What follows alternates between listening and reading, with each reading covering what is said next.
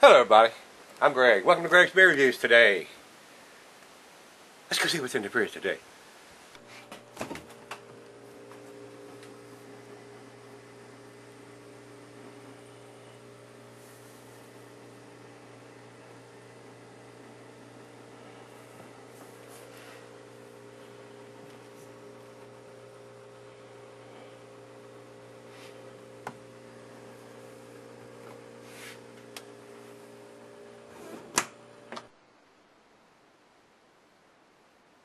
Hello everybody, thanks for stopping by Gregsbeerreviews today. Today's beer comes from Scuttlebutt Brewing. This is their porter and they're out of Everett, Washington. This is a 5.5% alcohol by volume beer. So with the refrigerator cleansing still going on, we're getting all these lower ABV beers out and trying to get them out of here before we get into the winter season and get a fresh batch into the fridges. What do you think about that? Yeah, that's a good idea. Especially the ones that ain't got dates on them, guys. Like I said, they're out of Everett, Washington. This is an American porter in the American style. So this comes in at 5.8% is what it's got on here, but this says 5.5. So I believe what's on the bottle more than I believe what Beer Advocate's got. Availability is year-round. Food pairing for this beer, the cuisine is barbecue. Cheeses are buttery, brie, Gouda, Havarti, Swiss. And since it is a porter, it's considered it goes well with chocolate. And the meat for this is beef, smoked meat, and grilled meat. Glassware, pint, Becker, Stein, and Mugler, the Seidel, the Stein. About anything you want to pour it into, just pour it into something. This is the 22 ounce. It's a bigger bottle, not a 12 ouncer. And it's not recommended for extended cellar rings, being a 5.5% ABV beer, guys. And let's see, we got a commercial description. Our creamy porter is ideal for the dark beer connoisseur. It has a lightly roasted flavor with hints of chocolate and peat. And peat is a, I've had subscribers ask, what is a peat or a peaty beer? It's not quite to the smoked category in my opinion, but it does have some of that earthiness, peatiness, like if you was to take a bunch of moss and smell it, it's got that peat smell, or even you can even buy a peat to put in your garden and stuff, and it's got that earthy smell to it. So a slight smokiness to it, but it's more peaty than smoke in my opinion. A smooth finish and superb balance make it enjoyable going down. The secret to this beer is the extra aging. Even those just getting started with darker beers enjoy this one. Well, I'm not just getting into them, but I surely hope I enjoy it. So let's pop the cap on this bad boy and get it into the glass.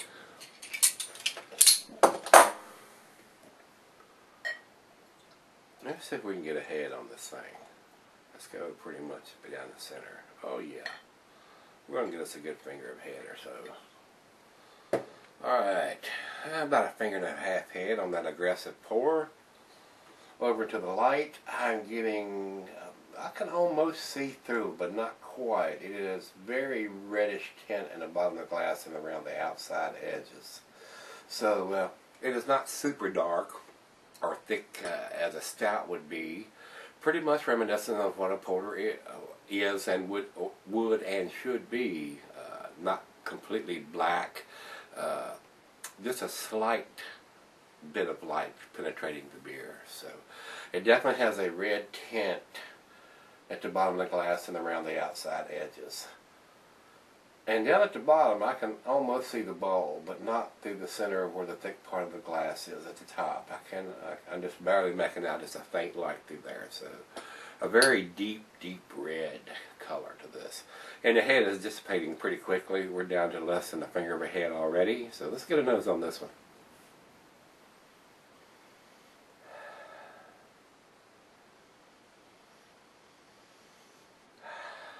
I'm getting like a roasted malt, a little bit of caramel, a slight hint of coffee, and maybe just a tint of chocolate in there. Mostly a sweet, rich malt. Smells very good in the glass. Let's give it a taste and see if it lives up to the nose. Cheers, everybody.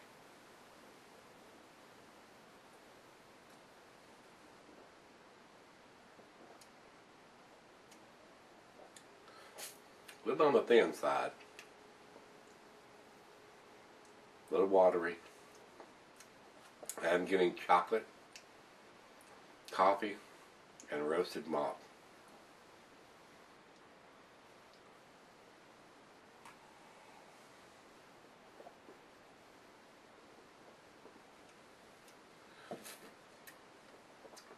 It's not bad. Very agreeable, very sessionable. No alcohol taste whatsoever with that low ABV. Not bad so far. It's right out of the fridge, 40 degrees. We'll see if it changes as it warms up. And like I said, this is a 22 ouncer, so I'm going to share the other half of the beer with the other half and see if she likes it. But the only thing bad I can say about it, first off, it has no date, and second, it's a little on the thin and watery side. But the porters are going to be a little lighter and a little thinner than your stouts would be, so not bad. I would think this would fit the style fairly well. It may be even more into the English side than the American style porter, because the American over here, we just like to just throw everything out the window as far as overly hopped or overly sweet or overly coffeed or overly everything. So everybody wants to push the limits one way or the other just to get their name on that style of beer. So not too bad. Let's see if my mind changes by the time we get to the end of it. So let's let it warm up, and I'll be right back and do the final comments, final chug on this one. Alright guys, I'm back. Got just a little left here. To me, now that it's warmed up, it's more in the English style to me than it is the American style. It's not as robust as a lot of the porters that we get over here or that are being brewed over here. Chocolate, caramel, toffee, coffee. But the coffee is really subdued, just like the chocolate is. It's more of the rich, roasty caramel and the malt than it is of the coffee and the chocolate, to my opinion. So let's do the final chug, shall we?